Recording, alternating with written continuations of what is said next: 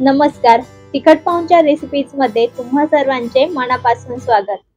आज मी मुंबईचा सुप्रसिद्ध असा गाड्यावरचा गरमागरम वडापाव तयार करणार आहे. यामध्ये वडापावसाठी लागणारा बटाटा वडा खूपच सोप्या पद्धतीने करून दाखवला आहे.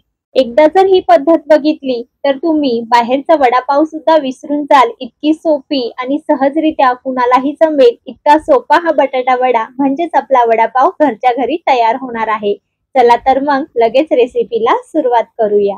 बटाटा वडा बनविण्यासाठी अगोदर कुकरला मध्यम आकाराचे 6 ते 7 बटाटे उकडण्यास घातले.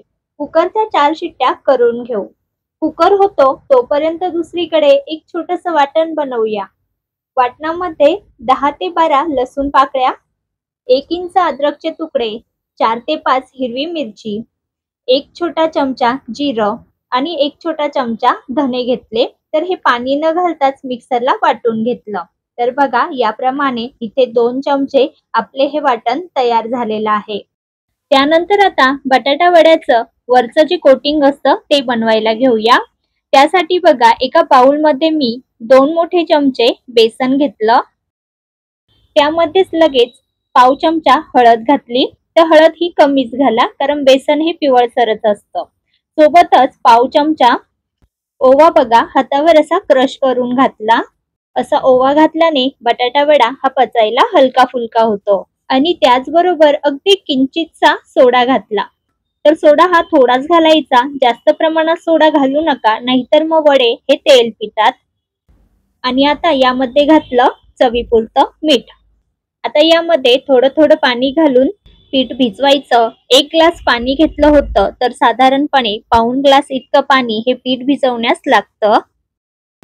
पिठाची कन्सिस्टन्सी तुम्ही बघू शकाल. या ठिकाणी जास्त पातळ सुद्धा नाही आणि खूपच घट्ट सुद्धा नाही, मध्यम स्वरूपाचं हे पीठ मी भिजवून घेतलं. तर याच पद्धतीचं पीठ भिजवून घ्यायचं. म्हणजे काय होतं, वडा जेव्हा आपण तेलात सोडतो तेव्हा बटाट्याचं सारण हे बाहेर निघत नाही किंवा वड्यामध्ये तेल सुद्धा जात नाही. कमी तेलकट आणि छान हे वडे तयार होतात. सध्या पिठावर झाकण ठेवून बाजूला ठेवूया. तोपर्यंत आपण जे उकडलेले बटाटे आहे त्याची साल काढून घेऊया. तर या ठिकाणी मी लगेच बटाटा वडा तयार करणार आहे.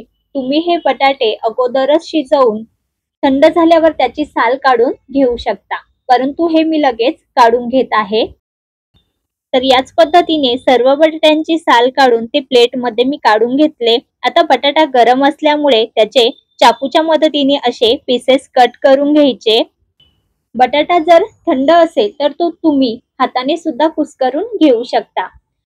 आता इथे मी बटाटा वड्याचं जे सारण असतं ते बनवण्याची एकदम सोपी पद्धत सांगणार आहे. त्यासाठी गॅसवर तडका पॅन ठेवून त्यात 2 चमचे तेल घालायचं.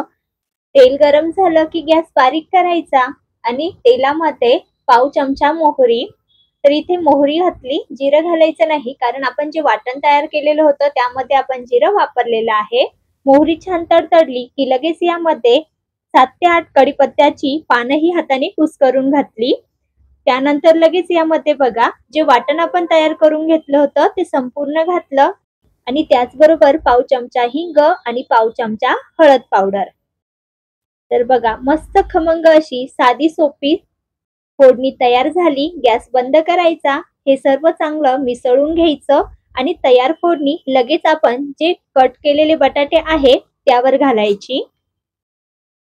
आता यावर चवीनुसार मीठ टाकायचं.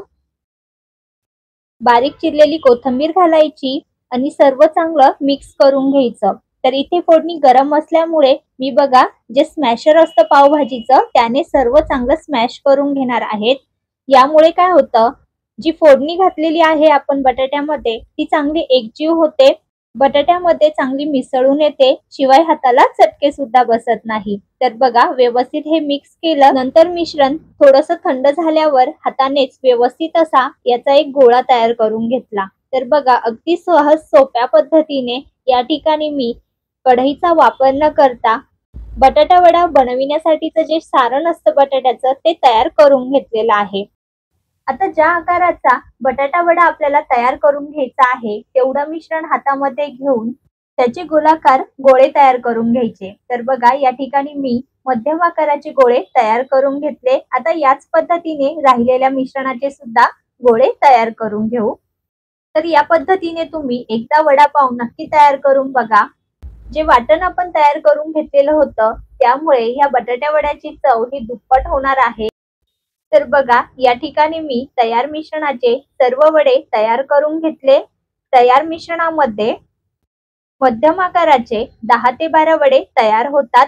तुम्ही इथे असे चपटे वडे सुद्धा तयार करून घेऊ शकता। तर इथे मी असे गोलाकार तयार करून घेतले। तर बघा, इथे आपलं बॅटर तयार आहे। वडे तळण्यासाठी बटाट्याचे गोळे तयार करून घेतले आहे। एका बाजूला तेल सुद्धा आपलं तापत आहे। तर बघा, एक एक करून बटाट्याचा गोळा हा बेसनच्या मिश्रणामध्ये असा घोळवून घ्यायचा आणि हा बेसनाने कोट केलेला गोळा लगेच दाखविल्याप्रमाणे असा तेलामध्ये सोडायचा।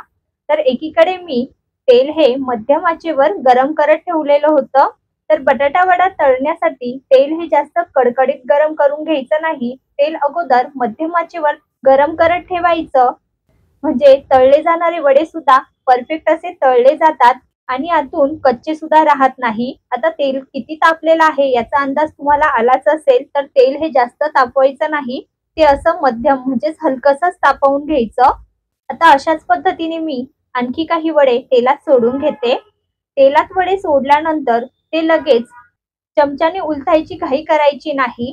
सुरुवातीला बघा, छोट्या चमच्याच्या मदतीने प्रत्येक बटाटा वड्यावर असं तेल सोडायचं, म्हणजे वडा हा वरतून सुद्धा व्यवस्थित तळला जातो। त्यानंतर तो जसजसा तळला जाईल तसतसा तो खालून व्यवस्थित निघतो सुद्धा, अजिबात कढईला म्हणजे तळाला चिटकत नाही। तर बघा, या ठिकाणी तुम्ही बघू शकता वडे हे कढईला अजिबात चिटकलेले नाही किंवा ते तेलामध्ये सुटलेले सुद्धा नाही, व्यवस्थित असे बॅटरने कोट झालेले आहे।